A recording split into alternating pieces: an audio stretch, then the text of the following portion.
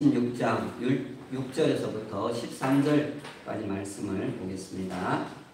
사무엘상 16장 6절에서 13절까지 말씀입니다.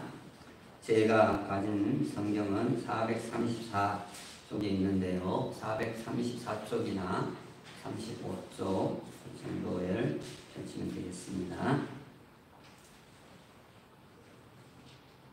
우리 찾으셨으면 한 음성으로 읽도록 합니다. 함께 읽습니다. 시작. 그들이 오매 사무엘이 엘리압을 보고 마음에 이르기를 여호와의 기름 부으실 자가 과연 주님 앞에 있도다 하였더니 여호와께서 사무엘에게 이르시되 그의 용모와 키를 보지 말라. 내가 이미 그를 버렸노라. 내가 보는 것은 사람과 같이 아니하니 사람은 외모를 보거니와 나 여호와는 중심을 보느니라 하시더라. 이새가 아미나답을 불러 사무엘 앞을 지나가게 하매 사무엘이 이르되 이도 여호와께서 택하지 아니하셨느니라 하니 이새가 산마로 지나가게 하매 사무엘이 이르되 이도 여호와께서 택하지 아니하셨느니라 하니라. 이새가 그의 아들 7을 다 사무엘 앞으로 지나가게 하나 사무엘이 이새에게 이르되 여호와께서 이들을 택하지 아니하셨느니라 하고 또 사무엘이 이새에게 이르되 내 아들들이 다 여기 있느냐. 이새가 이르되 아직 막내가 남았는데 그는 양을 지키나이다. 사무엘이 이새에게 이르되 사람을 보내어 그를 데려오라. 그가 여기 오기까지는 우리가 식사 자리에 앉지 아니하겠노라. 이에 사람을 보내어 그를 데려오매 그의 빛이 붉고 눈이 빼어나고 얼굴이 아름답더라. 여호와께서 이르시되 이가거니 일어나 기름을 부으라 하시는지라. 사무엘이 기름불병을 가져다가 그의 형제 중에서 그에게 부었더니 이날 이후로 다윗이 여호와의 영에게 크게 감동되니라. 사무엘이 떠나서 라마로 가니라. 아멘. 오늘 또 예배의 자리에 나오신 한 분 한 분을 주님의 이름으로 사랑하고 또 환영하고 축복합니다. 근래 들어와서 오늘 출석이 제일 저조한 것 같습니다. 더 열정을 가지고 모여야 될 것 같은데 또 우리 교회는 다 백신 주사도 맞고 그렇게 예배를 드릴 수 있는데 이렇게 모이지 않는 이유는 뭘까? 그런 생각을 제가 엎드려서 이렇게 또 생각을 해봤습니다. 신앙이 점점 식어지는 것은 결코 자기 인생에도 그렇고 또 신앙이 있어도 그렇고 결코 좋은 것이 아닙니다. 우리가 복을 받기 위해서는 하나님 앞에 열심을 내야 할 줄 믿습니다. 10월의 말씀 주제는 열정이었습니다. 계속 열정에 대해서 말씀을 전하고 있습니다. 오늘은 주님 이런 무명인도 쓰십니까? 그래, 이렇게 제목을 정해서 말씀을 나눕니다. 사무엘 선지자가 다윗에 대해서 이런 무명도 쓰십니까? 이렇게 질문을 했다면 하나님께서 그래, 그런 무명인도 쓴다. 그런 의미가 되겠습니다. 프로스포츠에서 신인 선수를 각 팀에 이렇게 배분하는 그 방식을 가리켜서 드래프트라고 얘기를 합니다. 이것은 유망, 정말 장래가 이렇게 촉망되는 그런 유망 신인에 대한 과도한 영입 경쟁을 막기 위해서 공개 선발하는 과정을 가리켜서 드래프트 그렇게 얘기를 합니다. 돈 많은 이런 구단이 있지 않습니까? 그런 구단이 좋은 선수를 비싼 값에 다 이렇게 빼내 가버리면은 그 팀만 계속 성적이 좋아지게 됩니다. 그러면은 이 스포츠 경기가 재미가 없어져 버리는 거예요. 그래서 이렇게 공개 선발로 사람을 뽑습니다. 이 공개 이 드래프트 이 방식은 추첨에 의해서 차례로 이렇게 선수를 뽑아가기도 하고 또는 그 해의 성적의 역순위로 우선권을 줘서 뽑아가기도 합니다. 그러니까 꼴찌팀이 1순위가 되어서 먼저 선수를 지명을 하는 거예요. 그러면은 그렇게 해서 이렇게 팀 간에 어느 정도 균형을 이루도록 그렇게 하려는 겁니다. 그런데 여기에도 또 문제가 이렇게 발생을 하는 경우가 있는데 그게 뭐냐 하면요.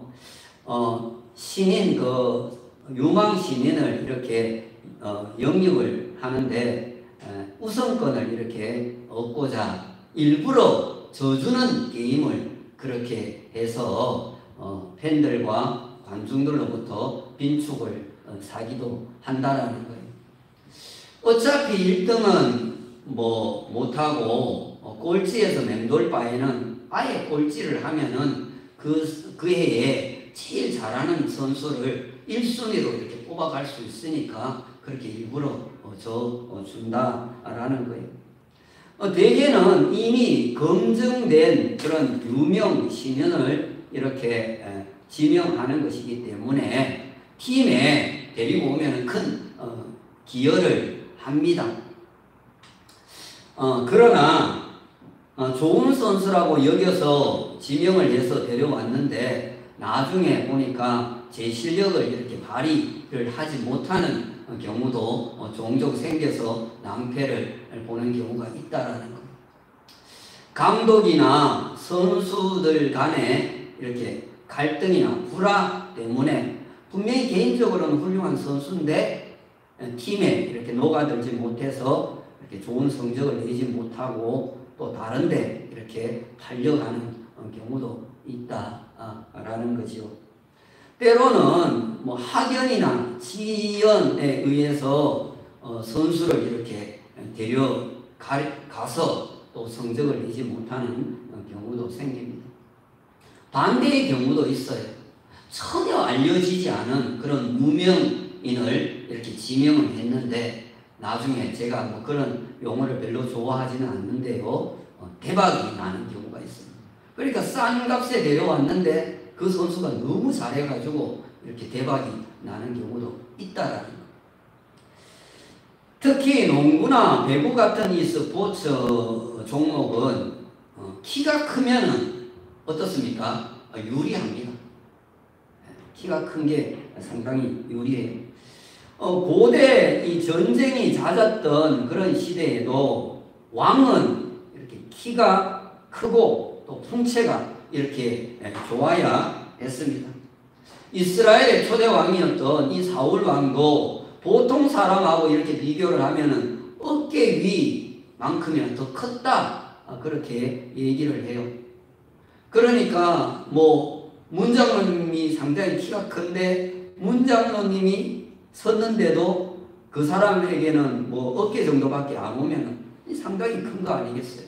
이 사울이 그렇게 키가 크고 그런 사람이 있어요. 가끔 이렇게 훌륭한 운동선수가 한 명 이렇게 등장을 하면은 뭐 100년에 한 번 나올까 말까 한 선수라고 그렇게 호들갑을 떨고 야단 법석을 떠는데요.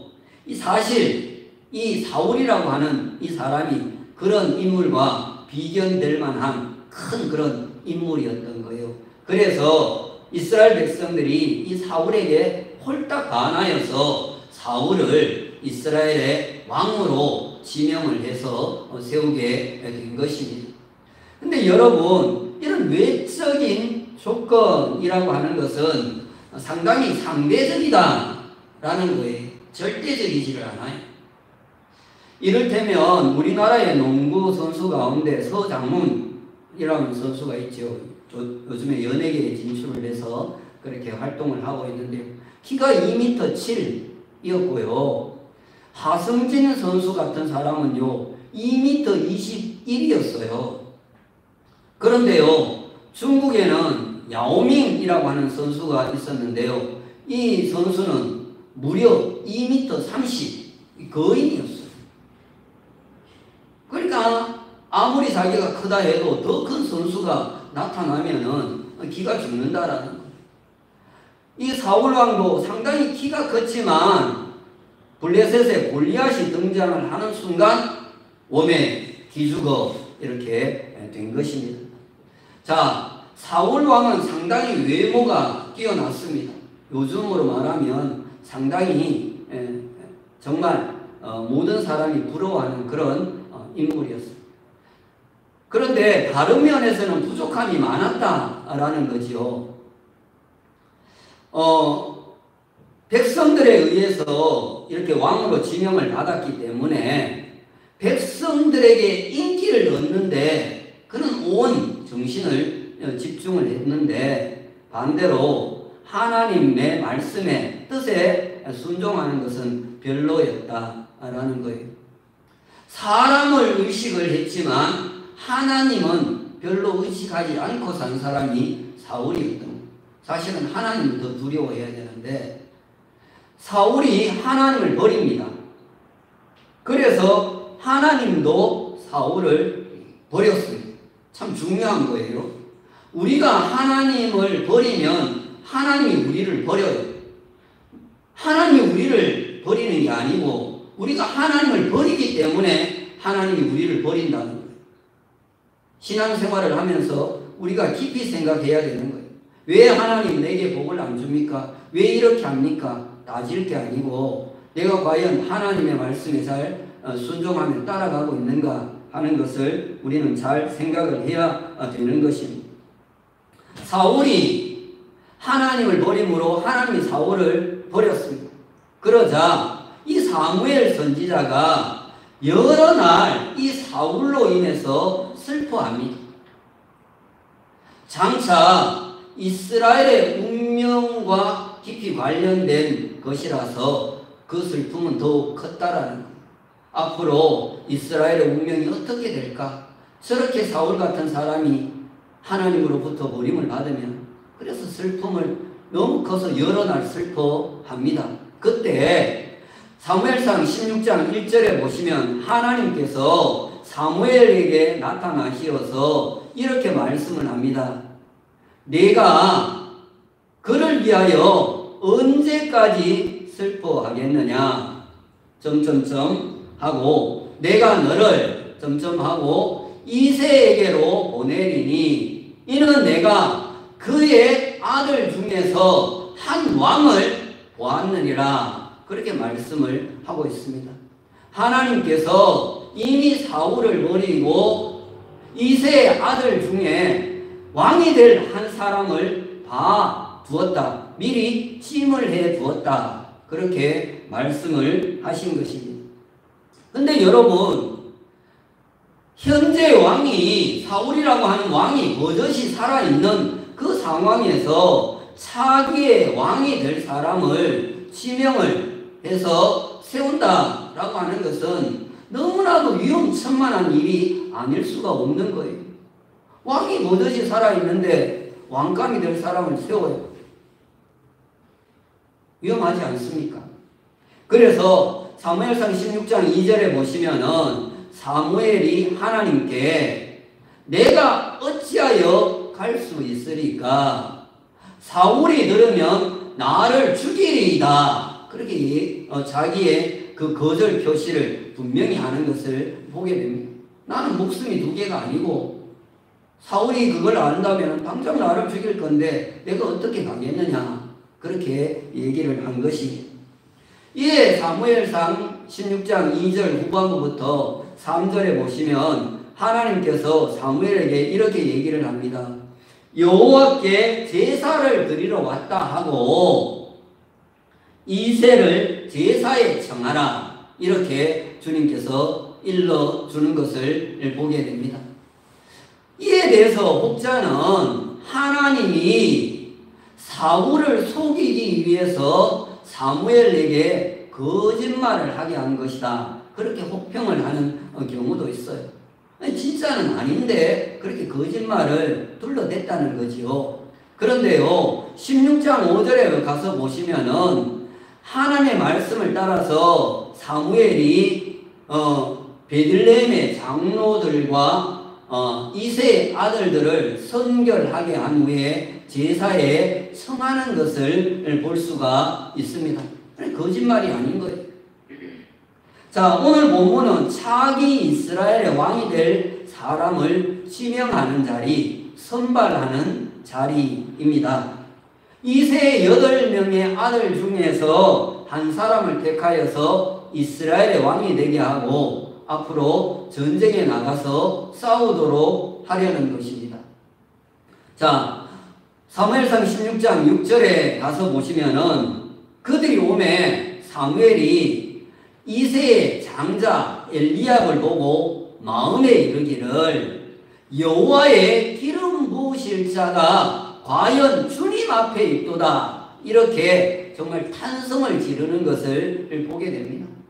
뭐 더 이상 볼 것도 없이 저 정도 인물이면 왕감이라는 것. 하나님은 생각도 없는데 내 앞에 있도다 이렇게 하면 될 건데 주님 앞에 있도다 이렇게 얘기를 했어요. 영화 혹시 관상이라고 하는 영화를 보신 분이 있을지 모르겠는데요. 거기에 보면 수양대군의 역을 맡은 이정재가 관상가 역을 맡은 송강호에게 내가 왕이 될 상인가 이렇게 물어요. 아니다 하면 죽는 거예요. 왕이 될 상인가 그렇게 묻는 장면이 나오는데요. 사무엘은 엘리압 이세의 장자를 보는 순간 바로 이가 왕감이다 그렇게 여겼던 것 같아요. 그런데 하나님은 사무엘의 그 마음속에 품은 생각까지도 다 아시고 이렇게 말씀을 하십니다. 16장 7절을 봅니다. 그의 용모와 키를 보지 말라. 내가 이미 그를 버렸노라. 내가 보는 것은 사람과 같이 아니하니 사람은 외모를 보거니와 나 여호와는 중심을 보느니라. 이렇게 말씀을 하십니다. 이미 이 사울이라고 한 사람에게 된 하나님은 반복적인 실수를 하지 않도록 지금 주의를 주고 있는 것입니다. 여러분, 민심이 전심이라는 말을 우리가 많이 합니다. 그런데 여러분, 민심이 전심이 되지 못하는 경우가 많이 있습니다. 민심보다는 신심, 곧 하나님의 마음이 더 중요할 때가 있다라는 것. 이스라엘은 왕이 다스리는 나라도 아니고 백성이 다스리는 나라도 아닙니다. 하나님이 주인 되는 나라입니다. 그래서 하나님의 마음을 가장 잘 이해하는 사람, 하나님의 마음에 드는 사람을 택해야 한다라는 것을 말하고 있습니다. 우리 그리스도인들이 세상 사람들과 똑같은 그런 마인드를 가지고 어떤 정치에 대선이나 총선을 할 때 움직이면 안 된다라는 감정적으로 휘둘려서는 안 되는 것. 하나님의 마음에 드는 사람, 하나님의 마음을 헤아리는 사람이 누굴까? 그런 것을 우리는 살펴야 하는 것입니다. 자, 8절에 보시면은 이새가 둘째 아들 아미나답을 사무엘 앞으로 지나가게 합니다. 그러자 사무엘이 이도 여호와께서 택하신 자가 아니다 그렇게 말을 합니다. 9절에도 보시면은 셋째 아들인 삼마를 지나가게 했지만 역시 똑같은 말을 합니다. 10절에 보시면은 7명의 아들을 다 지나가게 하는데 여호와께서 이들을 택하지 아니하셨느니라 이렇게 말을 하는 것을 보게 됩니다. 이건 무슨 이야기냐면은 외적인 조건으로 볼 때는 다 비슷비슷한 아들이었다는 것을 말하는 거예요. 외적으로 보면은 흠잡을 게 없는데 중심은 하나님과는 멀다는 이야기를 하는 거예요. 자, 실망스럽지만 일말의 기대감을 가지고 사무엘이 이새에게 마지막 질문을 던집니다. 16장 11절에 보시면은 네 아들들이 다 여기 있느냐 이렇게 묻습니다. 더는 없니? 뭐 이런 질문이 되는 거지. 그러자 11절에 이어지는 부분을 보시면은 이새가 이렇게 말합니다. 아직 막내가 남아있는데 그는 양을 지키나이다. 이렇게 말을. 자, 여기 보시면은 이름이 없어요. 이름이 드러나지를 않아요. 그저 막내예요. 마지막으로 내놓은 히든 카드가 바로 막내였는데 그 막내는 양을 지킨다는 거예요.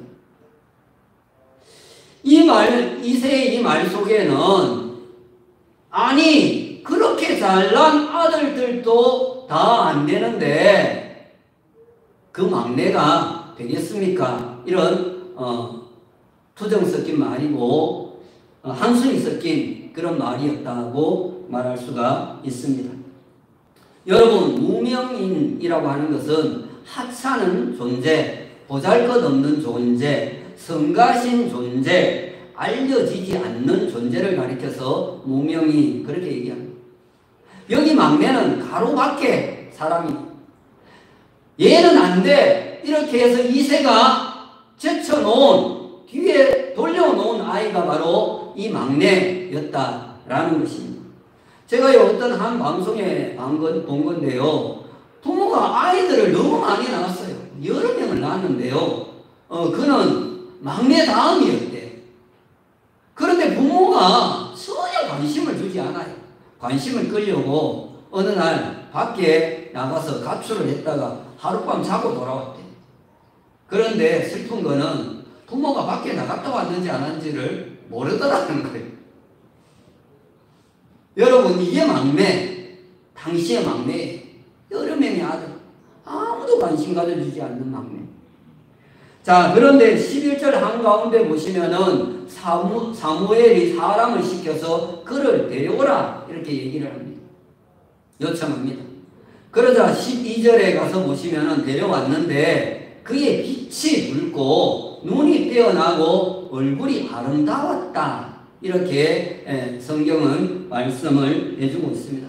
이 표현은 장점과 단점을 동시에 이렇게 나타내고자 하는 저자의 의도가 담겨 있습니다.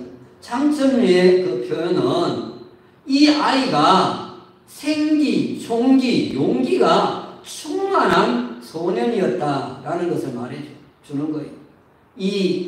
그의 빛이 붉고 눈이 빼어나고 얼굴이 아름다웠다라고 하는 건 생기, 총기, 용기가 충만한 아이라는 걸 말하는 거예요.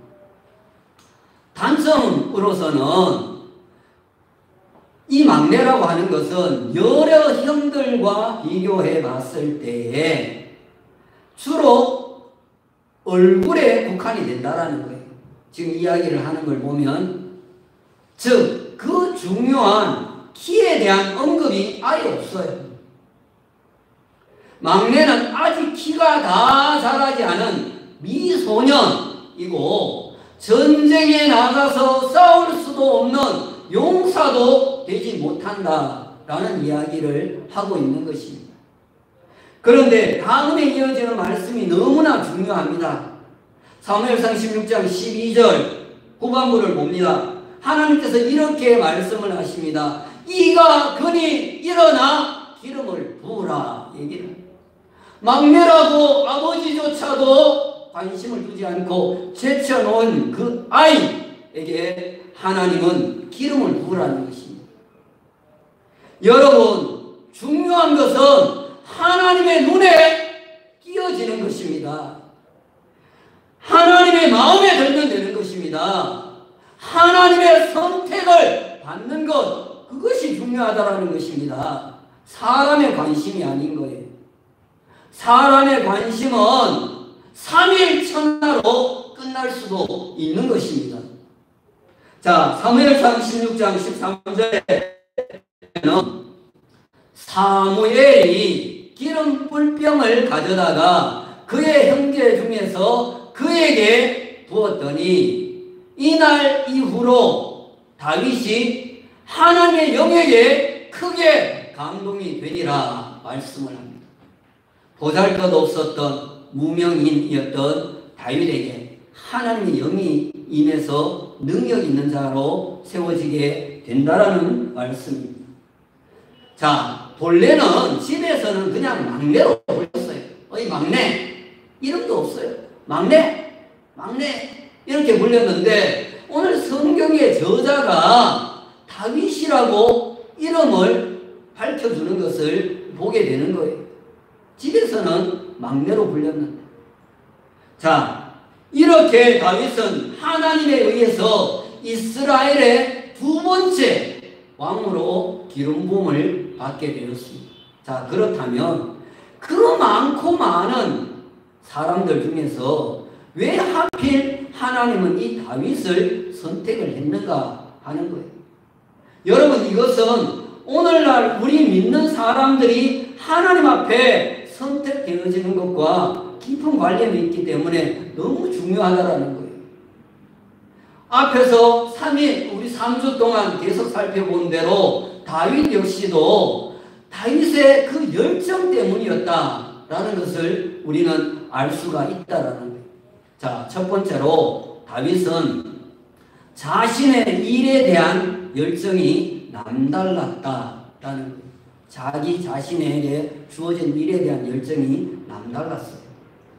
사무엘상 17장에 가서 보시면은 블레셋의 거인 장수 골리앗이 매일 나와서 이스라엘에게 야, 한판 붙자 이렇게 시비를 걸어왔습니다. 그렇게 한 지가 무려 40일간이가 되었습니다. 매일 전쟁에 나가 있으면은 매일 거리를 하는 거예요. 이새의 세 아들 엘리야, 아미나답, 삼마가 이 사울 왕과 함께 전쟁터에 나가 있어요.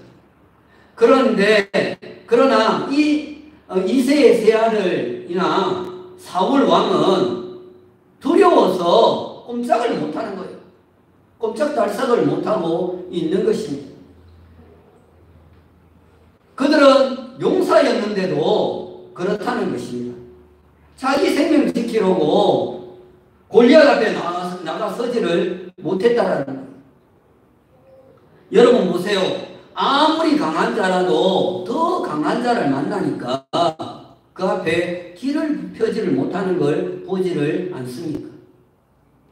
그래서 인간의 외적인 능력이나 힘은 상대적이다라고 말을 하는 것입니다. 그런데 다윗이 아버지의 심부름으로 자주 형들이 있는 그 전쟁터에 왔다 갔다 했습니다. 가만히 보니까 이 골리앗이 조석간에 나와서 하나님을 믿는 백성들을 모독을 하는 것을 보고 이 다윗이 내가 골리앗을 상대하겠다 그렇게 얘기를 합니다. 하룻강아지 범 무서운 줄도 모르고 그렇게 다윗이 이렇게 나서니까 형들이 책망을 합니다. 뭐 꼬마 병정놀이 하는 것도 아니고 전쟁이 장난이냐 그러면서 이렇게 야단을 쳤어요. 그런데 다윗이 전혀 물러서지를 않습니다. 이에 사울왕이 다윗을 불러서 타이릅니다. 뭐라고 타이를 하면은 그는 골리앗은 어릴 적부터 용사였지만 너는 그냥 소년에 불과하다. 그렇게 얘기를 도저히 상대가 안 된다라는 거예요. 정신 차려 이 친구야 에이여 하면서 그렇게 얘기를 한 거예요. 그러자 다윗은 자신의 무용담을 이야기를 합니다. 자신이 어떻게 살아왔는가 자신의 그 영웅담을 이야기를 했습니다. 자신이 양떼를 지키고 있을 때에 사자나 곰이 나타나서 양의 새끼를 움켜가면은 자신이 뒤따라가서 그들의 입에서 새끼를 건져냈고 그것들이 일어나서 자신을 해하고자 하면은 그 수염을 잡고 그것들을 쳐 죽였다. 그렇게 얘기를 했습니다. 이 뻥이 아닙니다. 그저 큰 소리를 치는 게 아니에요. 다 사실이에요. 여러분 사람이 죽고 사는 문제가 달린 것인데 그것도 누가 등 떠밀어 가지고 골리앗과 싸우라고 그렇게 하는 것도 아닌데 무엇 때문에 그것도 왕 앞에서 거짓말을 하겠습니까? 다 사실이었다라는 거. 다윗은 시편 23편 1절에서 여호와는 나의 목자다 그렇게 고백을 했습니다. 다윗은 양떼를 돌보면서 양떼에게 목자가 얼마나 중요한지를 깊이 깨닫고 있었습니다. 또한 자신의 인생에서 목자 되시는 하나님이 없이는 단 한순간도 살아갈 수 없다라고 하는 것도 깊이 깨닫고 있었습니다. 그러면서 자신도 양떼들에게 꼭 필요한 목자가 되어야 되겠다 그렇게 생각을 했습니다. 그러했기에 양떼를 지키기 위해서 그는 목숨을 걸을 수가 있었던 것입니다. 그걸 하나님은 지켜보고 계셨다라는 거죠. 지켜보고 다윗의 그 어린 시절부터 하나님이 눈을 떼지 않고 그를 지켜보고 있었다라는 거예요. 그렇습니다, 여러분. 하나님은 사람의 시선이 닿지 않는 곳까지도 하나님은 두루 감찰하시는 그런 분이십니다. 그러므로 여러분, 다윗처럼 하나님에 맡겨주신 자기 일에 온 열정을 쏟음으로 하나님의 눈에 띄어서 하나님 앞에 귀하게 쓰임받는 그런 여러분 되시기를 주님의 이름으로 축원합니다. 자녀들에게도 그렇게 꼭 전해주셔야 합니다. 주어진 자기 일에 최선을 다하는 것, 그것이 우선이다 라는 거예요. 둘째로 다윗은 하나님의 백성을 사랑하는 열정도 대단했다라는 거예요. 여러분, 대부분의 사람들은 자신의 생명을 대단히 아낍니다. 그래서 실은 죽음이라고 하는 것을 두려워하는 거예요. 그런데 다윗은 왕과 군인들 모두가 두려워하는 싸움에 도전장을 내밀었습니다. 그렇게 자기 생명을 아까워하는데 다윗은 생명을 내걸었습니다. 이것은 객기를 부리거나 또한 호기를 부르는 게 아니에요. 다윗이 전쟁을 좋아하는 호전적인 사람이었기 때문도 아닙니다. 오직 하나님을 믿는 백성들을 모욕하고 있는 그 하나님을 모르는 이방인들을 보면서 가슴 아파한 것입니다. 하나님은 이런 다윗이라면 얼마든지 양떼와 같은 이스라엘 백성들을 맡겨도 되겠다라고 여겼을 것입니다. 나중에 보시면은 다윗의 주변에는 가난한 자들, 소외된 자들, 병든 자들, 상처받은 자들이 수없이 몰려드는 것을 우리는 볼 수가 있습니다. 이러하게 여러분, 특히 가난하고 소외되고 병들고 상처받은 자들을 품고 돌보고자 하는 그 열정이 정치, 종교 지도자들에게 나타날 수 있도록 기도하는 여러분 되시기를 주님의 이름으로 축원합니다. 백성들을 사랑하는, 특히 어려움 속에 있는 자들을 특히 품에 안고 있는 그런 지도자들이 되어야 된다는 것입니다. 자, 셋째, 무엇보다도 다윗은 하나님의 이름을 드러내고자 하는 열정이 최고였다라는 거예요. 사실 다윗이 선택을 받은 것은 이것 때문이었다, 그렇게 말해도 전혀 틀리지를 않는 것입니다. 하나님 제일주의, 하나님의 이름을 드러내는 것, 영광 돌리는 것, 여기에 모든 것을 걸었습니다. 자, 사무엘상 17장 45절에 가서 보시면은 다윗이 골리앗에게 이렇게 이야기를 합니다. 너는 칼과 창과 단창으로 내게 나아오거니와 나는 만군의 여호와 이름 곧 네가 모욕하는 이스라엘 군대의 하나님의 이름으로 내게 나아가노라, 이렇게 말하는 것을 볼 수가 있습니다.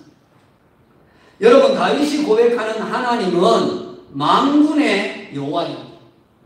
우리가 고백해야 되는 하나님도 만군의 여호와이십니다. 다윗이 우리가 싸우는 것 같지만 아니에요. 하나님이 친히 앞서 싸워주시는 것입니다. 너희는 가만히 있어 주가 하나님 되말지어다. 열방과 세계 가운데 주가 높임을 받으리라. 여러분, 내 힘만 의지할 때는 패할 수밖에 없습니다. 그러나 골리앗 같은 거인이요 거대한 힘을 가진 자와 맞서게 된다 할지라도 우리가 주님의 이름으로 나아가면 반드시 승리할 줄 믿습니다. 여러분, 우리가 하나님의 이름을 걸고 나아가면 하나님은 그 이름이 영광 받으시도록 우리를 위해 싸우시는 것입니다. 중요한 것은 이것입니다. 우리가 다윗처럼 하나님의 이름이 모욕받는 것을 당하는 것을 보면서 거룩한 분노가 일어나고 있는가 하는 것. 하나님의 이름이 욕을 얻어먹는 것, 그건 다윗은 견딜 수가 없었어.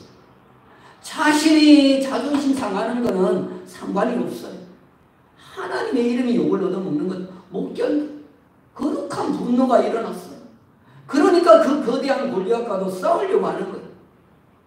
여러분, 이것이 일어나야 우리에게 하나님에 대한 열정이 일어나고 있는 것입니다. 다윗은 하나님의 이름을 걸고 나가서 물맷돌 하나만 가지고도 거대한 거인 골리앗을 한 방에 쓰러뜨리고 쳐 죽입니다. 자, 전쟁에 승리하고 돌아올 때에 여인들이 이스라엘의 여러 성읍으로부터 나와서 이 사울 왕과 군인들을 환영하며 뛰놀며 노래하며 이렇게 말을 합니다. 사무엘상 18장 7절 말씀입니다.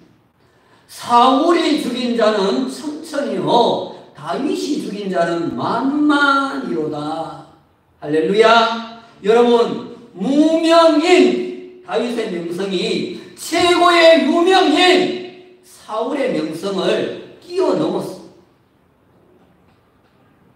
여러분, 또 하나 기억할 것은 다윗이 골리앗을 쳐 죽인 이 사건 이후로는 이 다윗의 형들의 활동이 완전히 멈춰 더 이상 나오지를 않아요. 그리고 그들의 이름들조차도 역사의 뒤안길로 다 사라져버리는 것을 보게 됩니다. 여러분, 그렇게 이름이 있던 엘리야, 아미나답, 삼마 다 사라져버렸어요. 고린도후서 6장 9절에 보시면은 바울은 자신과 함께 동역하는 일꾼들에 대해서 우리가 무명한 자 같으나 유명한 자요 라고 고백을 하는 것을 보게 됩니다. 여러분, 아무리 무명인이라도 하나님의 능력이 입히면 유명인이 되는 것은 시간 문제입니다. 하나님이 들어 쓰시고자 하면요 순식간에 되어지는 거예요. 그러니까 우리의 힘, 노력들을 내려놓고 하나님을 붙들어야 하는 것입니다. 여러분, 다윗의 명성은 자기 일에 온 열정을 품고 감당했기에, 하나님의 백성들을 온 열정을 품고 사랑했기에, 하나님의 이름을 영화롭게 하는 것에 생명을 걸었기에 가능했던 것입니다. 그냥 와진 게 아닙니다. 여러분, 이 세상 사람 날 몰라줘도, 이 세상 사람 날 몰라줘도, 이 세상 사람 날 몰라줘도 뒤돌아서지 않겠네. 주님이 기억하시면 족합니다. 하나님의 눈에 온전히 띄어서 다윗처럼 귀하게 쓰임 받는 우리 모두가 되기를 예수님의 이름으로 축원합니다. 오늘 주신 말씀을